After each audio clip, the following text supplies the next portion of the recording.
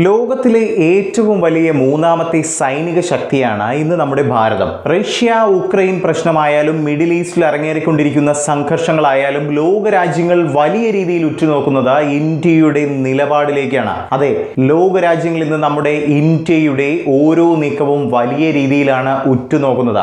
ഇത്രയും വലിയൊരു സംഘർഷം നടക്കുന്നതിനിടയിൽ മധ്യസ്ഥത വഹിക്കാൻ കെൽപ്പുള്ള ഒരു രാജ്യം തന്നെയാണ് നമ്മുടെ ഇന്ത്യ മഹാരാജ്യം. ഏതെങ്കിലും തരത്തിൽ നമ്മുടെ ഇന്ത്യക്കെതിരായി എന്തെങ്കിലും ഒരു നീക്കം നടക്കുകയാണെങ്കിൽ, അങ്ങനെ നടക്കാതിരിക്കട്ടെ, അഥവാ അങ്ങനെ നടക്കുകയാണെങ്കിൽ എന്താകും സംഭവിക്കുക? നമുക്ക് ആഴത്തിൽ തന്നെ പരിശോധിക്കാം. വാർത്ത ഞാൻ വിശദമാക്കാം. പ്രിയ പ്രേക്ഷകർക്ക് പേജ് റോഡിലേക്ക് സ്വാഗതം. വളച്ചു കിട്ടുന്നില്ല, നേരെ വാർത്തയിലേക്ക് പോകാം. ഇന്ത്യ പുറത്തു കാണിക്കുന്നതിനേക്കാൾ വലിയ കരുത്തുള്ള ചില അതീവ രഹസ്യ ആയുധങ്ങൾ അല്ലെങ്കിൽ ചില പ്രതിരോധ സംവിധാനങ്ങൾ നമ്മുടെ പക്കലുണ്ട്. ശത്രു രാജ്യങ്ങൾ പോലും പേടിയോടെ ഉറ്റുനോക്കുന്ന ഇന്ത്യയുടെ ചില രഹസ്യ ആയുധങ്ങൾ ഏതൊക്കെയാണെന്ന് നമുക്ക് വിശദമായി തന്നെ പരിശോധിക്കാം. ആദ്യത്തേത് പ്രോജക്ട് ഘാതകാണ്. ഇന്ന് ലോകം ഡ്രോൺ യുദ്ധങ്ങളുടെ കാലത്താണ്. ശത്രുക്കളുടെ റഡാറുകളിൽ പോലും പെടാതെ ആകാശത്ത് നിന്ന് ആക്രമിക്കാൻ ശേഷിയുള്ള അദൃശ്യനായ ഡ്രോൺ ആണിത്. ഇന്ത്യയുടെ DRDO ബംഗളൂരുവിലെ ലബോറട്ടറികളിൽ അതീവ രഹസ്യമായി വികസിപ്പിക്കുന്ന ഈ ആയുധം ബോംബുകൾ വർഷിക്കാനും മിസൈലുകൾ തൊടുക്കാനും ശേഷിയുള്ളതാണ്. ഇതിന്റെ ഡിസൈൻ പോലും ശത്രുക്കൾക്ക് അജ്ഞാതമാണെന്നതാണ് ഇതിന്റെ പ്രത്യേകത. അടുത്തതായി പറയാനുള്ളത് INS വിക്രാന്തിനെ കുറിച്ചാണ്. സമുദ്രത്തിലെ ഒഴുകി നടക്കുന്ന വിമാനത്താവളമാണ് INS വിക്രാന്ത്. ഭാരതം സ്വന്തമായി നിർമ്മിച്ച ഈ ഭീമൻ വിമാനവാഹിനി കപ്പലിന് 2 ഫുട്ബോൾ ഗ്രൗണ്ടുകളെക്കാൾ വലുപ്പമുണ്ട്. ഒരേ സമയം 30 യുദ്ധവിമാനങ്ങളെയും ഹെലികോപ്റ്ററുകളെയും വഹിക്കാൻ ഇതിന് കഴിയും. ഇന്ത്യൻ മഹാസമുദ്രത്തിൽ ചൈനയുടെ കടന്നുകയറ്റം തടയാൻ ഭാരതം ഒരുക്കിയ ഏറ്റവും വലിയൊരു കെണിയാണ് നമ്മുടെ വിക്രാന്ത്. ഇതിലെ അത്യാധുനിക റഡാർ സംവിധാനം ഒരേ സമയം 100-ലധികം ശത്രുക്കളെ നിരീക്ഷിക്കാൻ ശേഷിയുള്ളതാണ്.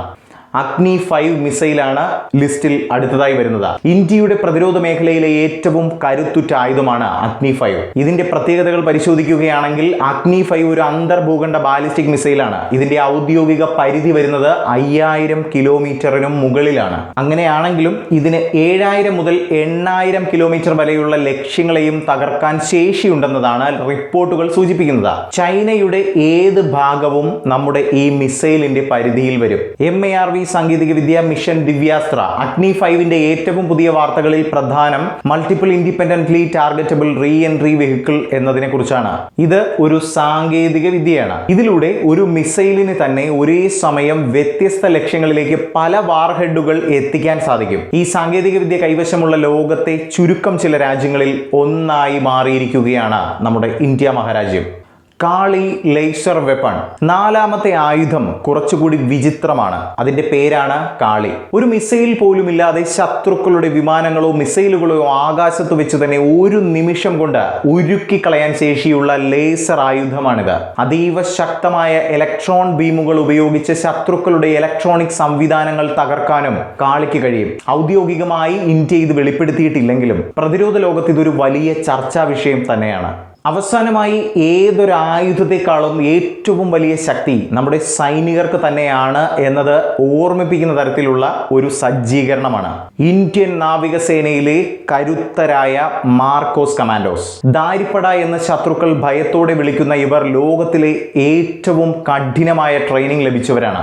വെള്ളത്തിനടിയിലും മുകളിലും വായുവിലും ഒരേപോലെ പോരാടാൻ കഴിയുന്ന ഇവർ ഇന്ത്യയുടെ അദൃശ്യ സൈന്യമാണ്. ഏത് അനായാസമായ ഓപ്പറേഷനും വിജയിപ്പിക്കാൻ നമ്മുടെ മാർക്കോസിന് കഴിയും എന്നത് ഞാൻ എടുത്തു പറയേണ്ട കാര്യമില്ല.